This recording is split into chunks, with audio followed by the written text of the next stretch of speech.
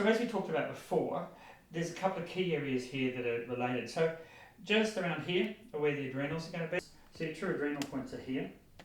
Okay, they're just literally above the kidney. So you basically follow the ribs down and you're going to get into that area. If you've got pain here in your back, okay, and there, yeah. Okay. So that's your right adrenal. So that's going to be pain that's caused by a male, most likely. Okay. Yep. And you'll probably also have symptoms here in the right that muscle feels like piriformis. They go together. The saying that someone's a pain in the ass actually comes from them really being a pain in the ass. We would normally release them with usually a massage tool. So we get on there and actually just release the tension around there with a massage tool. And if it's left side, so if you've got a woman driving you crazy and making you feel really stressed, be left side. Now, if you've already got endometriosis, that could be you.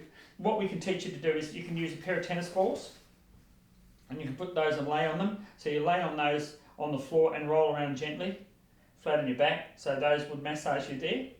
As well as that, this area here is called the heart chakra. Now that's the emotional centre for your body. So if you're grieving the loss of a relationship or the loss of someone, or anything that would upset you at that level, these muscles all in here respond to that. Right hand side male, left hand side female. So tennis balls would be up here, doing that. Adrenals here, reduce your estrogen. Here and here for communication, for pain in the butt.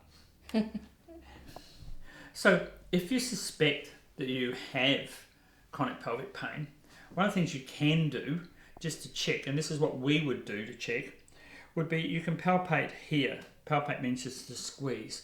So you're going to squeeze hard enough that if you were squeezing, you would be able to squeeze a crisp apple and feel like you're pushing into the skin of it. So it's that much pressure.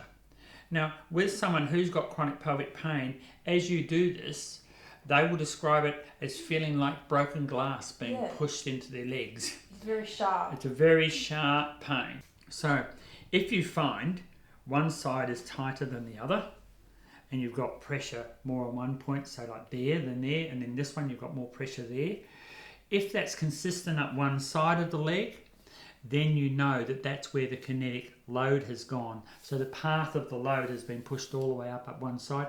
You're more likely to have contractures on that side or that side, depending on which leg is in the most pain.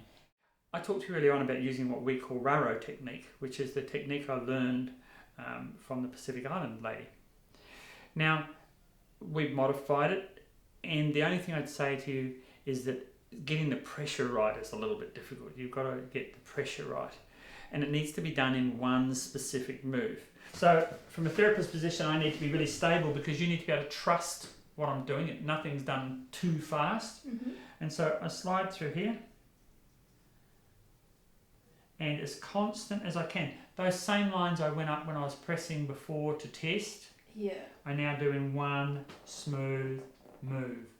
So there, and you can tell. It feels really nice, but I remember the first time you did it to me, I was screaming. Yeah, It was and so painful. When you do it with someone who's got the condition the first time through, this is just unbelievable pain. I couldn't believe how, it's getting sore. It's a little bit there, and I can feel that resistance through my thumbs.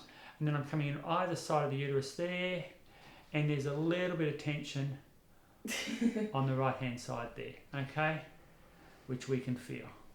So I'm just going to hold there and breathe and relax.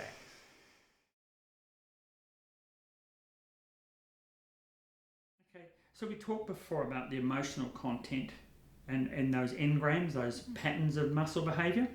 So here, if you have tension in this muscle here in the lower ab, that's where you feel guilty. As I go in there, you can feel it's got that sick, that's not fun feeling.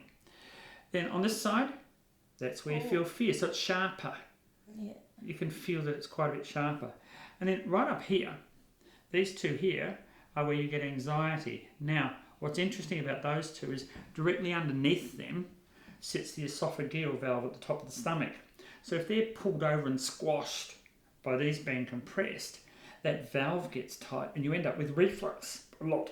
and you can't stop it. Yep. Once you get those undone, okay, that stops. Clearly those ones would have the impact of putting pressure down on the lower abdominal quadrants, so you're going to be looking at putting pressure on the intestine and bowel, but also on the uterus because you're compressing that whole area down there. Now you can do that either manually and we use a tool, a massage tool, so we'd release it with a massage tool and release that tension, and you can feel it as you go in, when you go in, and so you can do that, or you can do that with tennis balls. If you're going to do it with tennis balls, there's a couple of things you need to know. One is, if you're going to do it, the upper ones here, you need to have the ball about half a ball apart because there's an artery runs through here that needs to be able to keep pumping. Okay, and if you're going to do these, they're a bit wider, and you can roll on those and just lay there. If you've got chronic period pain, put them down here next to the uterus and just lay on them. You don't have to move. You can just lay on them, lay still, and that will gently release. If you put a hottie on it, you're just going to cook it back in place. It'll be okay for now, but as it cools off, it's going to be worse than it ever was, and your next cycle will be worse. Try this and see. Your next cycle is better and easier each time. Okay? So that's the areas we'd do, and they would be the last areas we would do in this treatment. Okay? And that would mean that this whole cavity here and the web of muscles that travel across it from both sides, and then all down the front of it, and right around it, you've got a big one transversus like a belt. They're all released. They take pressure off the peritoneum and the endometrial cavity. It all goes back and it looks after itself. Once you take the pressure off, it will normalise. It'll go back to homeostasis. It'll stop screaming for hormones. It'll stop screaming for proteoglycans to be flooded in there, and it'll all relax, and you will recover.